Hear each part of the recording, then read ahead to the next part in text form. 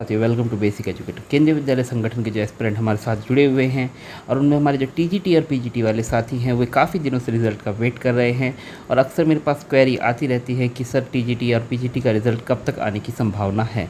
तो साथियों जिस प्रकार से आपको पता है कि केंद्रीय विद्यालय संगठन के टीजीटी और पीजीटी के इंटरव्यू हुए काफ़ी समय हो चुका है। मई एंड में आपके सारे इंटरव्यू समाप्त हो चुके थे। उसके बाद जून, जुलाई, अगस्त, सितंबर ऑलमोस्ट 4 महीने हो चुके हैं आपके रिज़ल्ट आने में और बट अभी तक रिज़ल्ट नहीं आ पाया है। और इतना लंबा समय रिज़ल्ट को रोके रखने का कोई मतलब नहीं था, क्योंकि इंटरव्यू के बाद रिज़ल्ट बनाने की प्रोसीडिंग्स में इतना लंबा समय लगता नहीं है जनरली। तो हुआ क्या कि उसके बीच में आपकी बहुत सारी केंद्रीय विद्यालय संगठन की अपनी अंदरूनी कार्रवाई चल रही थी। उसमें आपका एनुअल ट्रांसफ़र था, आपका एलडीसी के रिज़ल्ट वगैरह थे। तो अभी उम्मीद ये जताई जा रही थी कि जो एलडीसी के अपॉइंटमेंट होंगे उसके बाद ही आपका केवीएस का टीजीटी पीजीटी का रिज़ल्ट आएगा। बट केवीएस का जो टीजीटी पीजीटी की अपॉइंटमेंट है एलडीसी की, वो किसी वजह से होल्ड पर है और अपॉइंटमेंट अभी तक जारी नहीं हो पाई है। तो अब ऐसा लगता नहीं है कि एलडीसी के अपॉइंटमेंट के बाद ही आपका रिज़ल्ट होगा। हो सकता है अब उसको साइड में होल्ड पर रखा जाए और आपका जो वैकेंसी एडवर्टाइज़ की गई थी या जो भी उनके इंटरनल रिसोर्सेज से वैकेंसीज़ का उन्हें पता चला होगा, उसके अकॉर्डिंग आपका रिज़ल्ट जो है वो पब्लिश कर दिया जाएगा। 30 जून की जो आपकी जो वैकेंसी पोजीशन दी गई थी केंद्रीय विद्यालय संगठन की तरफ से, उसके अकॉर्डिंग आपका जो रिज़ल्ट है वो पब्लिश हो जाएगा। तो अब बात ये होता है कि रिज़ल्ट कब पब्लिश होगा। तो पिछले रोज़गार मेला के दौरान मैंने आपको बता दिया था पहले ही, कुछ दिन पहले रोज़गार मेला से, कि आपका रिज़ल्ट जो है इस रोज़गार मेला में आने की संभावना बहुत कम है। बट जो सितंबर का महीना है उसके रोज़गार मेला में आने की आपकी प्रबल संभावनाएं हैं। अब बात ये आती है कि रोज़गार मेला होगा कब। तो अभी तक साथियों ऐसा कोई ऑफिशियल नोटिफिकेशन जो है सरकार की तरफ से जारी नहीं हुआ है कि आपका इस सितंबर महीने का रोज़गार मेला कब होगा। बट हम उम्मीद जता सकते हैं कि 25 तारीख के बाद ही होगा, यानी कि 27, 28, 29 तारीख के आसपास आपका ये रोज़गार मेला आयोजित किया जाएगा। तो अब आज हम ये वीडियो क्यों बना रहे हैं, तो साथियों बहुत सारे साथी हमारे ऐसे होते हैं कि वो सोचते हैं कि चैनल डेड हो गया है या क्या हो गया है, और काफ़ी सारे साथी लेफ़्ट भी कर देते हैं, अनसब्सक्राइब कर देते हैं चैनल को, मैं देखता हूँ। तो और वीडियो भी काफ़ी समय तक नहीं आती है। तो पर मेरा प्रयास ये रहता है कि जब भी मैं कोई न्यूज़ लेके आऊँ तो वो ऑथेंटिक हो, और डेली वीडियो बनाने का मेरा पास समय भी नहीं होता है और मैं फालतू में आप लोगों का जो प्रोडक्टिव समय है उसको वेस्ट करने से बचाता हूँ। तो बस जब भी कोई प्रोडक्टिव खबर होती है, जो भी कोई जेन्युइन खबर होती है जिसका आपका कोई रिज़ल्ट से वाकई में लेना देना है, तो उस खबर को मैं अवश्य आप तक समय पर पहुंचाने का प्रयास करता हूं। तो साथियों सबसे पहले अभी आज एक नोटिफिकेशन प्राप्त हुआ है गुवाहाटी संभाग की तरफ से, तो मैं पहले आपको वो पढ़ के बताता हूं और फिर उसके बाद आपके रिज़ल्ट के विषय में आपको थोड़ा और डिटेल में उसको एक्सप्लेन करता हूं। तो इस तरीके से एक आपका नोटिफिकेशन गुवाहाटी संभाग का प्राप्त हुआ है। इसमें देख पा रहे हैं साथियों, मैं आपको थोड़ा क्लियर कर देता हूँ कि ये जो केवीएस गू संघ है, तो इसका मतलब केंद्रीय विद्यालय संगठन गुवाहाटी संभाग है।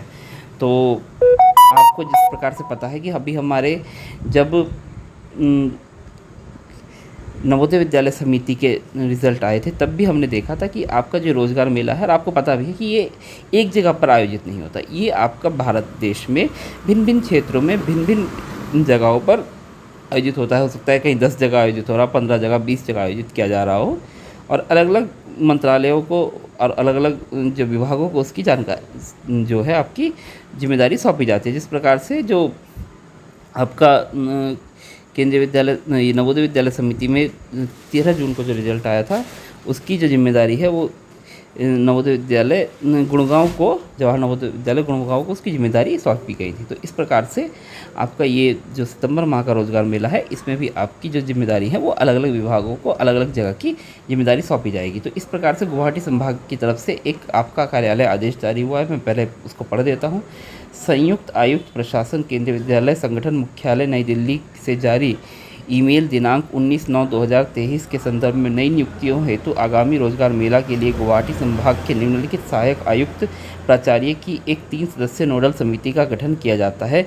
यह रोजगार मेला पूरे देश में विभिन्न निर्दिष्ट स्थानों पर आयोजित किया जाएगा। With reference to the email dated 19/9/2023 issued from the Joint Commissioner Administration KVS headquarters New Delhi, a 3-member nodal committee has been constituted respect of Guwahati region with the following AC principles for upcoming Rozgar Mela for the new appointments, and it will be conducted in various assigned location in all over the country।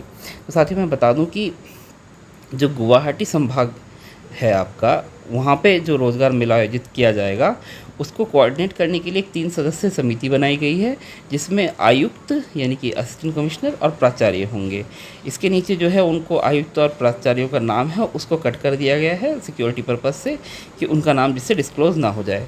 तो इन लोगों की जिम्मेदारी होगी उस रोज़गार मेला को आयोजित कराने की गुवाहाटी संभाग में। अब केंद्रीय विद्यालय संगठन ने इंटरेस्ट क्यों लिया है इसमें, मैं ये भी एक रीज़न है। तो केंद्रीय विद्यालय संगठन के हेडक्वार्टर की तरफ से ये आदेश जारी हुआ है, तो इसका मतलब क्या है कि केंद्रीय विद्यालय संगठन के भी रिज़ल्ट इस रोज़गार मेला में आपके आने वाले हैं। और आपको पता है कि एलडीसी का जो रिज़ल्ट है वो ऑलरेडी आ चुके हैं, उनके पास अपॉइंटमेंट रुके हुए हैं।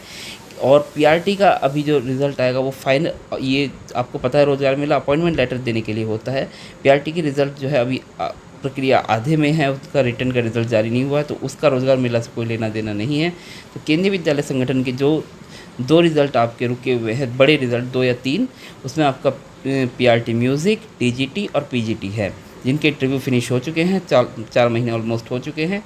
तो इस बार हम ये इस के आधार पर ये जता सकते हैं कि आपका जो रिज़ल्ट है वो सितंबर महीने के रोज़गार मेला में आ ही जाएगा, पक्का है, कंफर्म है।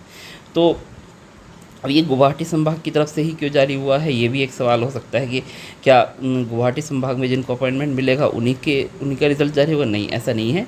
ये जो है अलग अलग क्षेत्रों में आयोजित होता है, तो अलग अलग क्षेत्रों में अलग अलग विभागों को इसकी जानकारी दिया जाता है। तो हो सकता है कहीं पर आयकर विभाग को रोज़गार मेला आयोजित करने की, सपोज जैसे अगर जयपुर में होना है तो जयपुर में आयकर विभाग को दे दिया हो, और आपका सपोज़ भोपाल में होना है तो भोपाल में हो सकता है आपका कस्टम्स को दे दिया हो किसी को, है ना। तो इस प्रकार से जो गुवाहाटी में रोज़गार मेला आयोजित होना है उसके लिए आपका ये केंद्रीय विद्यालय संगठन को उसकी नोडल एजेंसी बना दिया गया हो कि वहाँ पे जो आयोजन होना है उसकी जिम्मेदारी आपकी केंद्रीय विद्यालय संगठन की है। तो इसमें क्लियरली बताया गया है कि नई नियुक्ति हेतु आगामी रोज़गार में गुवाहाटी संभाग में, तो इसमें जो नई नियुक्तियां हैं आपकी केंद्रीय विद्यालय संगठन को अगर शामिल किया जा रहा है, जैसे कि हमने देखा था कि नवोदय विद्यालय समिति को जब शामिल किया गया था इस रोज़गार मेला के आयोजन में, तो नवोदय विद्यालय समिति के रिज़ल्ट आ रहे थे। अब नवोदय विद्यालय समिति को शामिल नहीं किया जा रहा है क्योंकि उसके कोई रिज़ल्ट इस समय पेंडिंग नहीं है, सब आ चुके हैं। तो इनमें वही गवर्नमेंट एजेंसियों को जो है इंक्लूड किया जाता है जिनके रिज़ल्ट इस रोज़गार मेला में पब्लिश किए जाएंगे। तो इस प्रकार से हम ये जान सकते हैं कि आपका जो रोज़गार मेला है ये सितंबर महीने का, ये इसमें आपके रिज़ल्ट आने की 100% गारंटी है। और दूसरी बात ये है साथियों कि आपका अब रोज़गार मेला कब आयोजित होगा, तो इसके बारे में कोई जानकारी अभी उपलब्ध नहीं है। जैसे ही कोई डोमेन में जानकारी आती है तो मैं तुरंत आपसे शेयर करूँगा। आप हमारे टेलीग्राम चैनल पर जुड़े रहिए क्योंकि उसमें जानकारी जल्दी शेयर हो जाती है। तो इससे पहले रोज़गार मेला के दौरान आपकी जो अपॉइंटमेंट लेटर है उसकी कार्रवाई किस तरीके से होगी, तो इसमें मैं बता दूं साथियों कि जो साथी, जैसे रोज़गार मेला गुवाहाटी में आयोजित होना है सपोज़, तो उस कंडीशन में आपके जो गुवाहाटी या नॉर्थ ईस्ट के जो साथी होंगे उनको रोज़गार मेला अटेंड करने के लिए फ़िज़िकली एक मेल आ सकता है, या मान लो भोपाल में आयोजित होना है तो उस कंडीशन में जो मध्य प्रदेश के रहने वाले साथी हैं उनको फ़िज़िकली अटेंड करने के लिए मेल आ सकता है आपके केंद्रीय विद्यालय संगठन की तरफ से कि हाँ आपको वहाँ पर जाना है और अपना अपॉइंटमेंट लेटर फ़िज़िकली वो करना है, रिसीव करना है।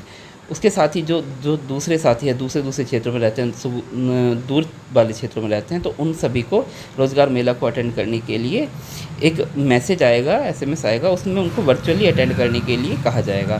तो जो साथी को हमारा एसएमएस मिलता है तो उसका मतलब उसका सिलेक्शन जो है 100% कन्फर्म है।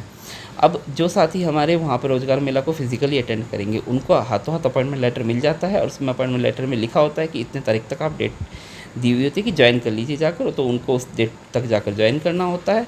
और बाकी जो साथी होंगे उनको उस दिन शाम को या अगले दिन, जिस दिन रोज़गार मेला होगा उसके अगले दिन या उस दिन शाम को आपका वेबसाइट पर जो है शॉर्ट लिस्टेड कैंडिडेट्स की लिस्ट आ जाएगी, यानी कि फाइनल रिजल्ट वेबसाइट पर आ जाएगा केंद्रीय विद्यालय संगठन की।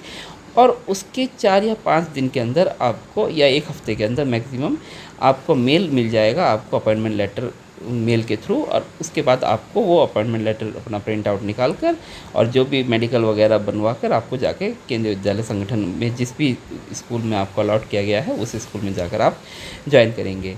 तो इसमें जो है, जो फिज़िकली अटेंड करते हैं उनको हाथों हाथ मिल जाता है अपॉइंटमेंट लेटर। कुछ जो हमारे फिज़िकली अटेंड नहीं करते हैं, जिनको इन्विटेशन नहीं आता है, उनको कुछ दिन बाद मिलता है अपॉइंटमेंट लेटर। बस इतना फ़र्क होता है, 1 हफ्ते का ऑलमोस्ट फ़र्क आता है।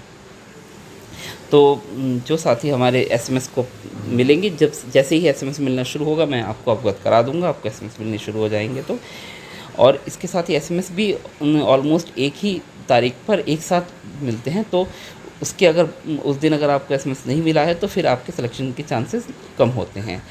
और मैं बता दूं, आपका रोज़गार मेला सपोज़ अगर 29 तारीख को आयोजित किया जा रहा है, तो उस कंडीशन में आपका जो एसएमएस मिलेगा आपको 28 या 27 तारीख में ऑलमोस्ट आपको एसएमएस मिलना शुरू हो जाता है रात तक, कि आपको 29 तारीख में रोज़गार मेला आयोजित अटेंड करना है। अगर जैसे 29 तारीख में होना है तो जो भी जिस भी डेट में रोज़गार मेला होगा उसके 1 या 2 दिन पहले आपको एसएमएस मिल जाएगा। तो जो साथी हमारे केंद्रीय विद्यालय संगठन के टीजीटी या पीजीटी के हमारे साथ जुड़े हुए हैं, वो हमारे चैनल को सब्सक्राइब कर लें, वीडियो को लाइक करें और साथ ही हमारे जो अन्य साथी हैं उनके साथ शेयर करें इस वीडियो को, जिससे कि उन्हें भी इस बारे में, अपने रोज़गार मेला के बारे में और इनके रिज़ल्ट के बारे में जानकारी प्राप्त हो जाए। और जैसे ही कोई इस बारे में और भी कोई प्रोग्रेस होती है तो मैं आपको अपडेट कराता रहूँगा। आप हमारे चैनल को सब्सक्राइब कर लीजिए और चैनल को छोड़कर मत जाइए। साथ ही हमारे टेलीग्राम चैनल पर भी जुड़े रहिए। साथ ही अगर आपकी कोई क्वेरी होती है तो आप हमारे साथ टेलीग्राम पर भी जुड़ सकते हैं, साथ ही वीडियो में कमेंट कर सकते हैं। मैं आपको इंडिविजुअल रिप्लाई देने का प्रयास करूँगा। Thanks for being with basic educator.